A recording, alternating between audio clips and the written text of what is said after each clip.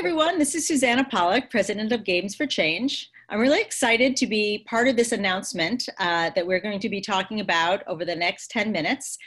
We've been working with a wonderful organization called Endless for the past few years, running programs like Fellowship for higher education students on creating games to teach people how to code, as well as general support around our work at the festival and our educational programming. We're going to be talking today about a new program that we are announcing with Endless.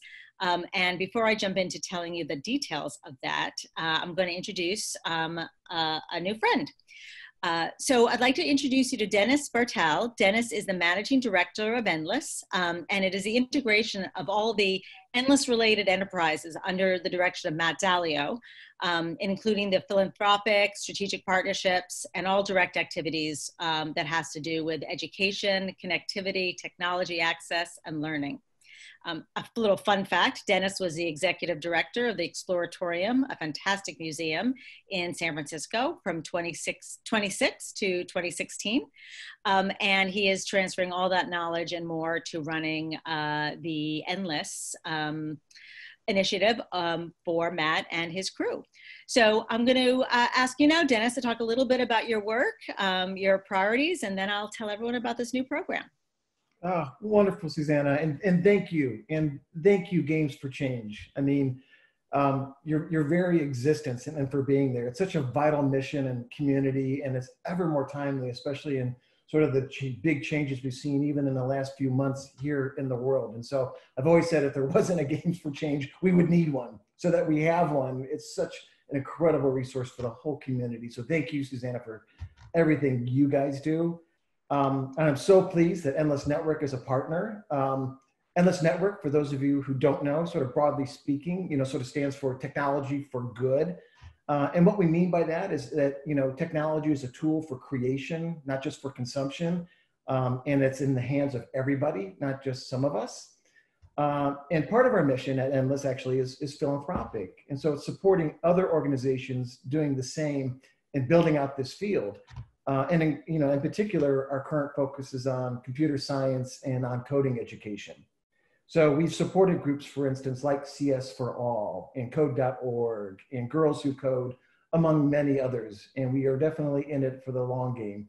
So we'll be here for a while and supporting hopefully many of you, even with the start of this special initiative that Susanna will introduce you to in just one moment. We've also had this particular interest in games for quite a while, including investment in our own direct activities, like Endless Studios, known for the new Terminal 2 brand, and also strategic partnerships, like with Eline Media, to build out the Endless Mission game.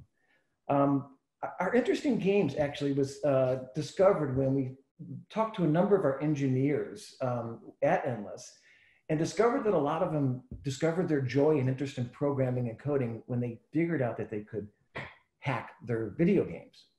And then, we realized, geez, if that's how a majority of our engineers discovered the wonder and beauty of coding, what if we made every game hackable? What if anybody deliberately would be allowed to look under the hood where you discovered all this mysterious jumble of characters and strings, and you began to just sort of decipher the patterns and meanings and purpose? I mean, what if that actually was a deliberate learning strategy to hack your video games?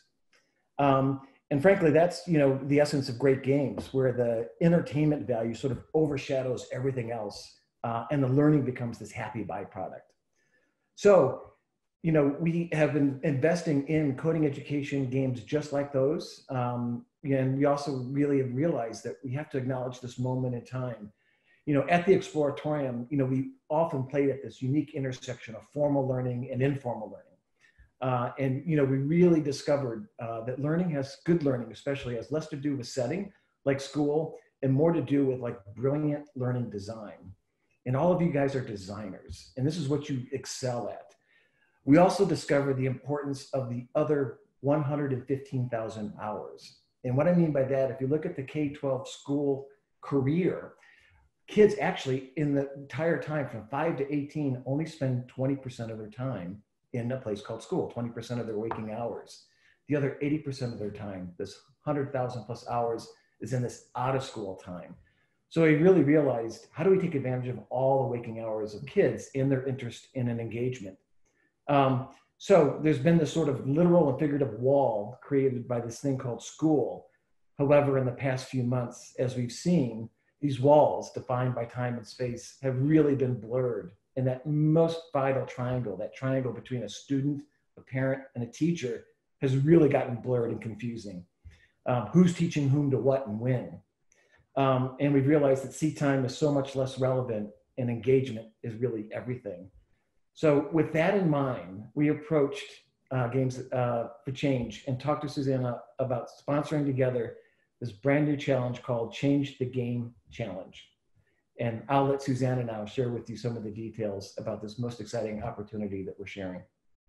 Thank you so much, Dennis. I'm really excited about this initiative, this program. I think it's a huge opportunity, not only for developers, but also for educators to really think about how we can use and leverage games and entertainment first games for learning. I'm really excited to be talking about the Endless Change the Game Challenge that we're going to be launching very shortly. But a little background on how we got to this place. We've had conversations about how, despite the clear demand for high quality education games in the K-12 marketplace, and also years of investment and effort to create games, there still is this dearth of games that have succeeded in combining the features of both successful commercial games with learning. I mean, there are a few examples and game platforms that have done this and bridged this entertainment education gap, but there's certainly more opportunity for developers to break through and find ways in which to connect with youth with educational opportunities using fun and entertaining, let's say, first games. At the same time, there are a lot of educational games that have been developed that might meet educational goals, but fail to drive student interest. And we felt like there was this opportunity where we can approach this perhaps a little inversely than a lot of what we've seen that's been happening in the sector.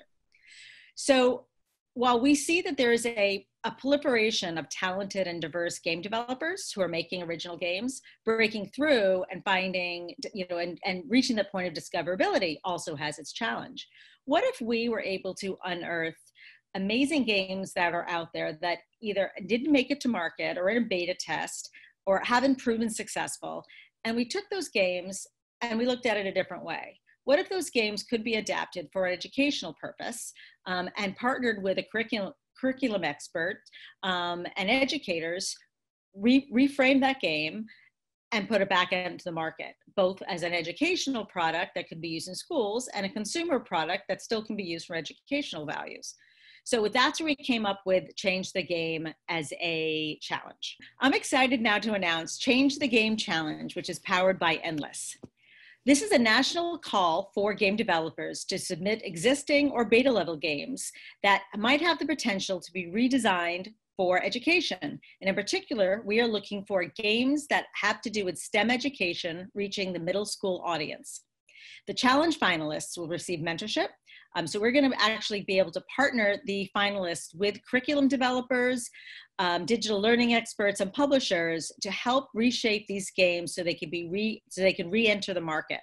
We also have a prize fund up to $150,000 that'll go towards this effort.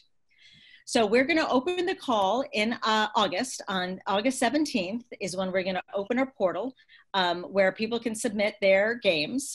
It will be open for a few months. I don't have the exact date yet and when it's going to close, but all that kind of information will be live on our website.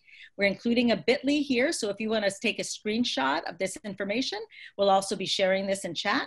And this is where you can sign up to learn more about the opportunity. This really is an amazing opportunity for the community. We really want to help you find ways to get your games into the market. And we also want to find ways in which games can really connect with kids and give them an opportunity to learn. And in this case, around STEM education and STEM related subjects. So I hope you take the challenge.